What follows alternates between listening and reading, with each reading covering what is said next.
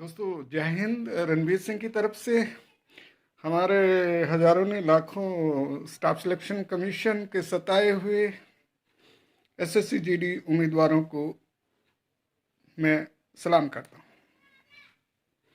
दोस्तों, आपके आने के उपलक्ष्य में दिल्ली का मौसम भी करवट ले रहा है, बदलाव देखने को मिल रहा है। शाम को ठंड बढ़ गई है। ऐसा लग रहा है कि पूरा जो है धुआं धुआं सा फॉगी और पॉल्यूशन में कुछ वृद्धि हुई है, लेकिन हम इससे घबराने वाले नहीं। दोस्तों, 12 नवंबर हिंदुस्तान के इतिहास में एक ऐतिहासिक दिन होगा, जब दिवाली के मौके पर देश के हजारों नौनिहाल अपनी माँ की छांव को छोड़कर और इस सदी के संत बापू की समाधि पर शरण में आएंगे, ताकि मीडिया, आम पब्लिक और सरकार का ध्यान इस ओर जाए कि 3 साल से लंबी चली भर्ती प्रक्रिया, जिसके कारण ये युवा ओवरएज की कगार पर हैं। और अगर ऐसा होता है जो पिछले 10 साल से होता आ रहा है, चाहे वो 11 की भर्ती हो या 2015 की भर्ती हो, अगर ऐसा होता तो ये एक बहुत बड़ा जो है दुख की बात होगी। और हम चाहेंगे कि शांतिपूर्ण तरीके से आप लोग आए। सेफ्टी की बहुत जरूरत है, क्योंकि आपको ये याद रखना होगा कि घर में कोई मेरा इंतजार कर रहा है। जिस हिसाब से आप घर से चले हैं, उसी कदमों का इस्तेमाल करते हुए आपको घर जाना और शांतिपूर्ण तरीके से यहाँ दस्तक देनी है।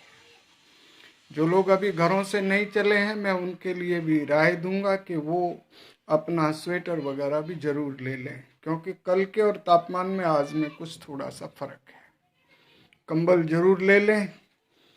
और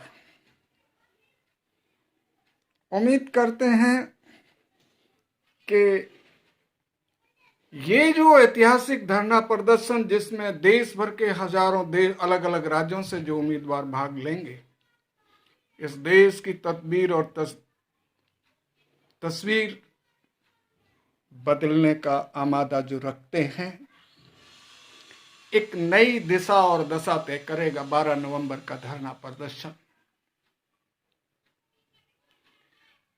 हमने तकरीबन मीडियाज को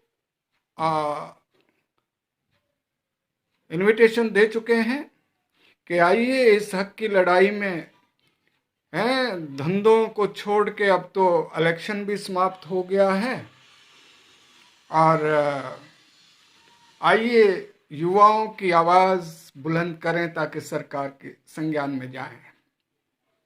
हम किसी पार्टी पॉलिटिक्स के नहीं हैं, ये वेरी क्लियर करना चाहेंगे, लेकिन जो लोग, जो भी राजनीतिक सत्ता हो या पक्ष हो विपक्ष हो, जो लोग भी आना चाहें, जो नेता आना चाहें, जो युवाओं के हक की बात करें, उनके जो हम क्या मांग रहे हैं आपसे, सिर्फ 25,000 सीटें बढ़ाने की बात करें, 60 ऑलरेडी हैं।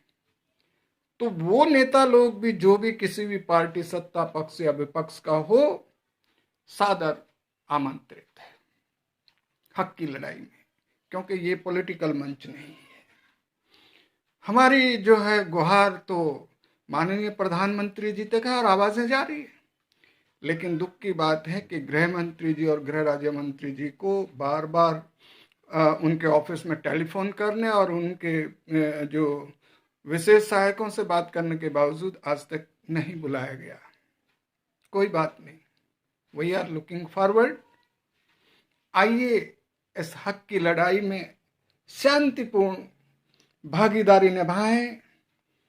ऐसा पहली बार होगा जब एक ऐतिहासिक मार्च होगा, शांतिपूर्ण मार्च, बैनर पोस्टर के साथ। बैनर पोस्टर भी ऐसे बनाए जाएं, लेकिन सरकार को हम चेता रहे हैं कि आने वाले जो इलेक्शन है उसमें ये लोग महत्वपूर्ण भूमिका निभाएंगे अगर आपने हमारे युवाओं की आवाज को इग्नोर किया। Very clear. और कई लोग बोलते हैं कि लंबा धरना प्रदर्शन होना चाहिए। यस, आइए तो सही। रणवीर फैसला नहीं करेगा, पंचायत फैसला करेगी कि अगला कदम क्या होना चाहिए, वो आपसे पूछ के किया जाएगा। धन्यवाद। हम आपके जो है विश्व प्लीजेंट ये कोरोना फ्री और जो है पोल्यूशन फ्री इवनिंग आपको बहुत बहुत मुबारक। कुछ लोग चल दिए हैं, रास्ते में होंगे, जरूरी है कि बीच में किसी का सामान की सावधानी रखना। और नई दिल्ली स्टेशन से सीधे दिल्ली गेट आ जाएं और पुरानी दिल्ली स्टेशन से भी दिल्ली गेट आ जाएं, सब बसें आ रही हैं। रुपया भी 5 या 10 रुपया लगता है किराए का। और जो लोग होटल में रह रहे हैं पहले सैनिटाइज करवा लीजिएगा। देखो ना, कितना बड़ा दुख की बात है कि जवानों के पास जेब खर्च नहीं है। कैसे कैसे वो किराया मांग के आ रहे हैं, क्या सरकार को ये पता नहीं है? कोरोना में तो मजदूर पैदल गए थे, आज हमारे ये चौकीदार, कल के होने वाले सरहदों के चौकीदार पैदल भी आ रहे हैं। आइए हम आपका खैर मकदम करते हैं बापू की समाधि राजघाट पे। Thank you so much everybody. महिलाएं भी आ रही हैं, उनको भी हम सैल्यूट और सलाम करते हैं, नारी शक्ति को। आइए राजघाट बापू की समाधि, अहिंसा के पुजारी की समाधि पे हम आपका इस्तकबाल करते हैं। Thank you so much everybody.